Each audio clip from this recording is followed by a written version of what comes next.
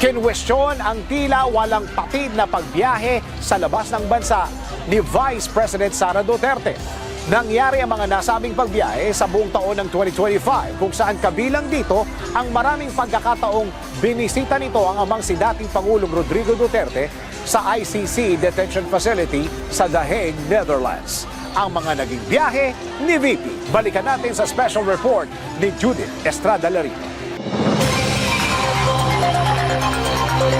Marami-raming beses na ring lumabas ng bansa sa taong 2025 si Vice President Sara Duterte.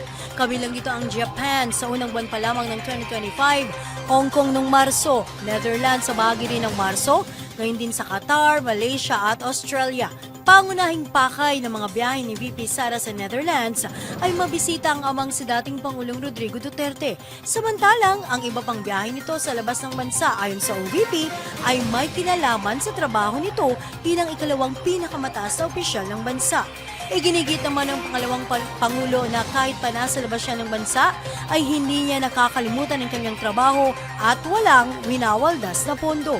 Samantala, hindi naman na umusad ang inihayang impeachment complaint laban kay VP Sara sa taong 2025. Para sa Panalo o Talo Year-End Report, ako, si Judith Estrada Larino, nagbabalita ng tama, naglilingkod ng tama.